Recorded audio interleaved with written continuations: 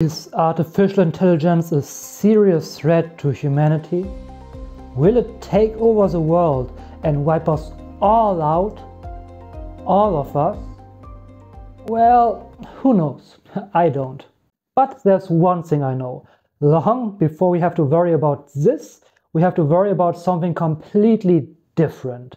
We have to worry about the oldest threat that humanity knows. Other humans. And them misusing AI and exploiting others. The potential malicious misuse of civilian artificial intelligence, AI, poses a serious threat to security on a national and international level. And this threat obviously only grows as AI gets more and more advanced. Back in the day, AIs were very restricted and narrow in their use. Often only able to do one specific thing, but these days, usually the algorithms are not restricted to a particular use case, but are flexible in their applications.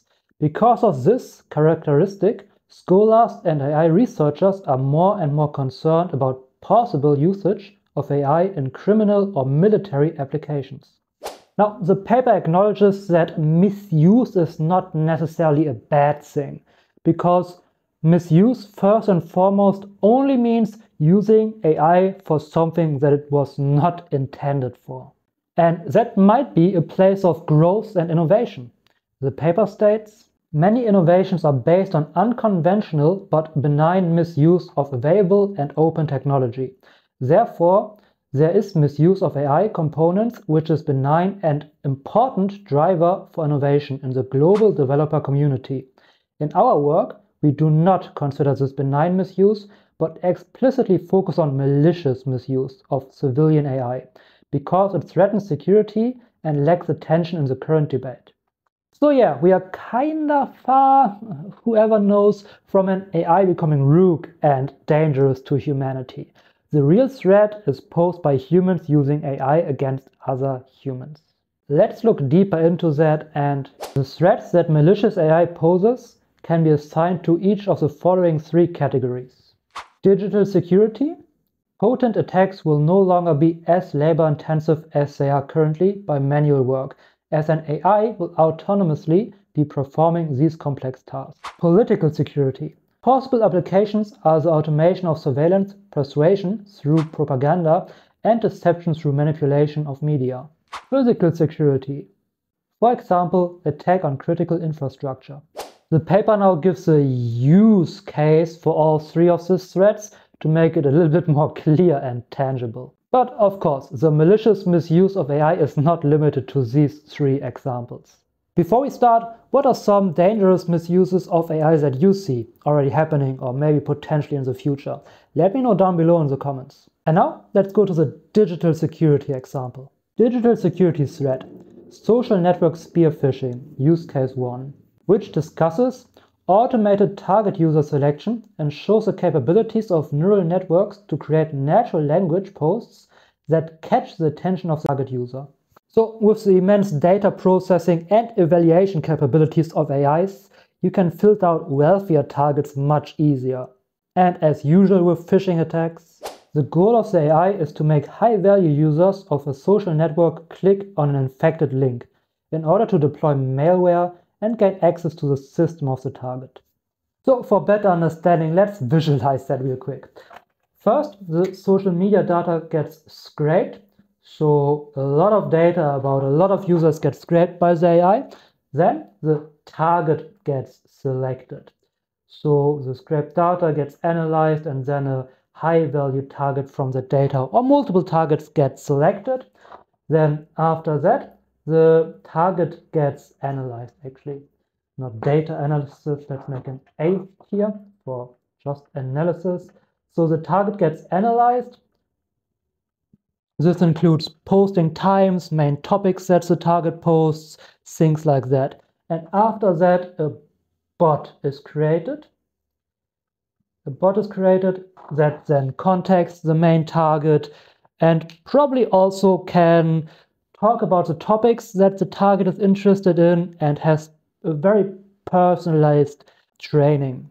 So the bot then appeals to the target user, is trained on the target user's data, and its goal is, of course, to send a link with malware. And you can see how AI makes this whole process much more streamlined and easier. As the paper states further, although the current state of natural language processing via AI does not allow to always generate fully correct sentences, these messages are much more likely to attract the attention of the target than generic spam, leading to higher click rates on the infected link. So definitely be careful out there when it comes to clicking on any links.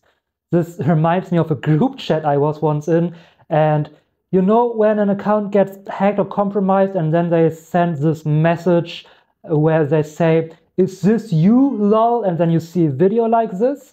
And yeah, I was saying like, hey, better don't click on that, or hey, it seems like this account got compromised, be careful. And one dude then messaged, no, don't worry, I clicked on the link, I was on the site and there's nothing on there. Well, yeah, dude, the whole goal was that you click on the link. So yeah, what can I say to things like that? Don't be that person. Of course, there will not be a pop-up menu where it says download malware here. So just be careful out there, okay? Another thing that you can do, and I've been using the site also more and more, is to use Virustotal. Here you can just copy and paste the link and get a valuation whether it's harmful or not. I'll leave a link to that in the description. Just keep in mind that while it's great, of course it's not perfect. Good, now let's move on to the political security threat, propaganda through deepfakes, use case 2. We probably all have seen how convincing deepfakes can be these days. One thing that I've seen as a YouTube ad on many videos is the founder of Coinbase, what's his name, Brian Armstrong, a video where he says, hey, for the Bitcoin halving, we are giving out Bitcoin to everybody. Don't fall for these stupid videos, okay? It's scam. It's an obvious scam. Now, these deepfakes can actually be created also in real time, and the video and voice generation is really, really good.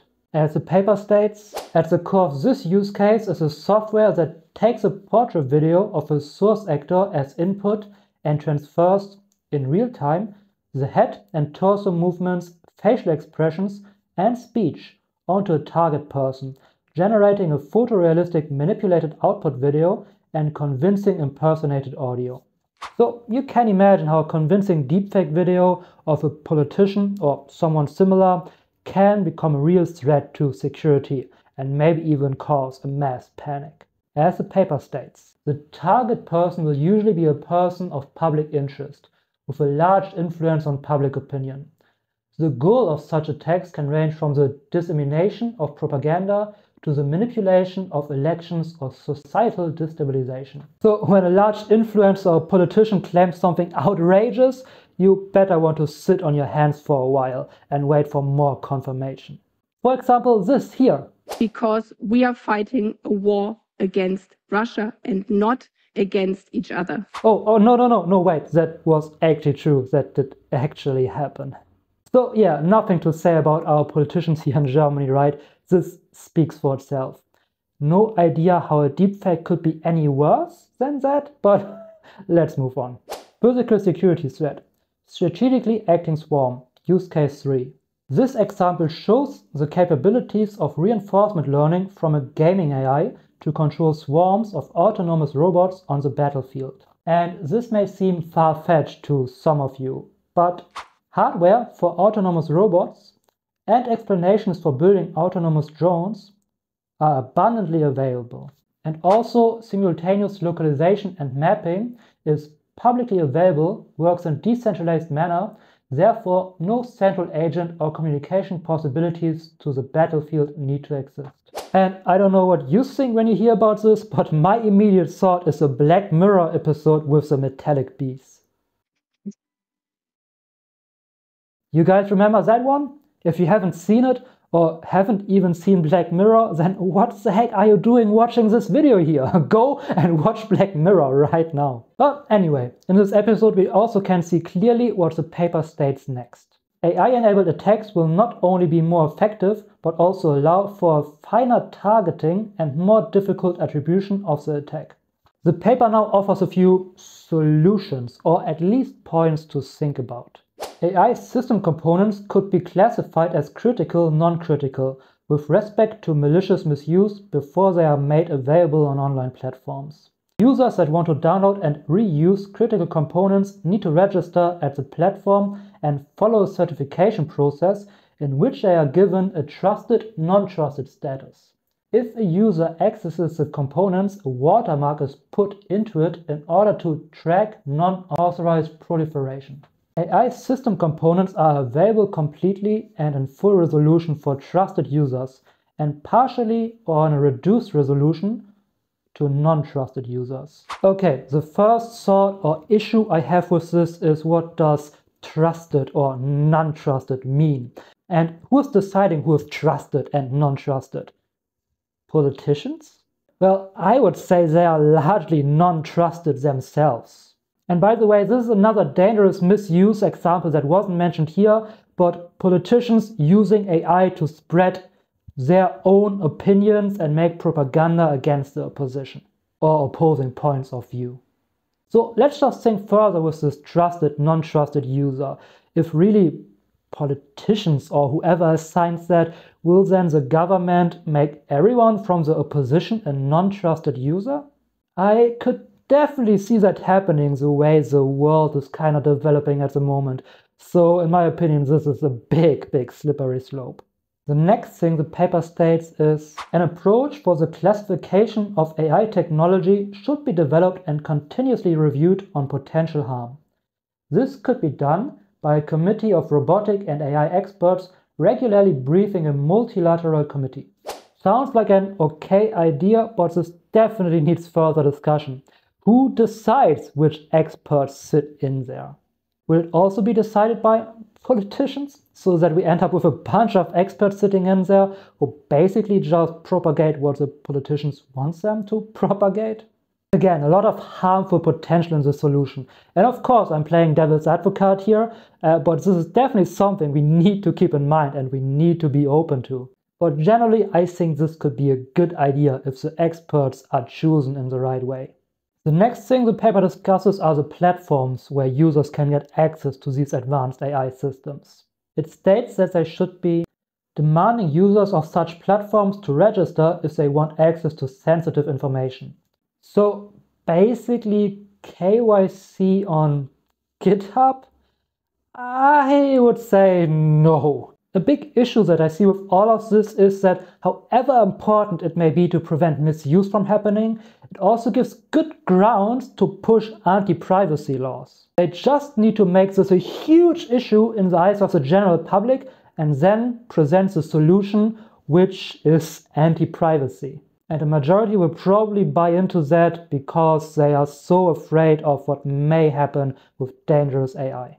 So definitely something to watch out for what happens there. But now the paper gets into a few points that I find very good and interesting. So let's look at them. Preventing the access to sensitive information and AI that could potentially be misused is only one measure to prevent malicious use. It is of equal importance to ensure that countermeasures exist once malicious AI has been created and is being used. For example, internationally, a body for assistance and exchange of best practices between states could be promoted. This would also have regions with less experience in AI and its development to protect against attacks by AI systems. It can be imagined that a remotely controlled functionality for an emergency stop needs to be included into an AI by law. And my personal favorite, informed and sensitized citizens are the most powerful measure to ensure political security even with attacks from malicious actors. Yes, exactly. And this goes back to how do you best fight misinformation? With censorship? No, with actual right information. People are not stupid. Informed and educated citizens are the best countermeasure to malicious AI. Because whoever wants to use AI maliciously will find a way. No matter how many countermeasures you put in place there. In the end, all these countermeasures will probably just be something against a normal citizen that never ever would in any shape or form intend to use AI maliciously. So informing and educating the citizen about AI and potential malicious use cases would be the best countermeasure in my opinion. The paper concludes with, We motivate a transdisciplinary approach to solve the issues by bringing together governments, ethicists, lawyers, AI and robotic experts, both from the private sector and academia and the civil society. Which sounds great, but also a bit delusional. But who knows?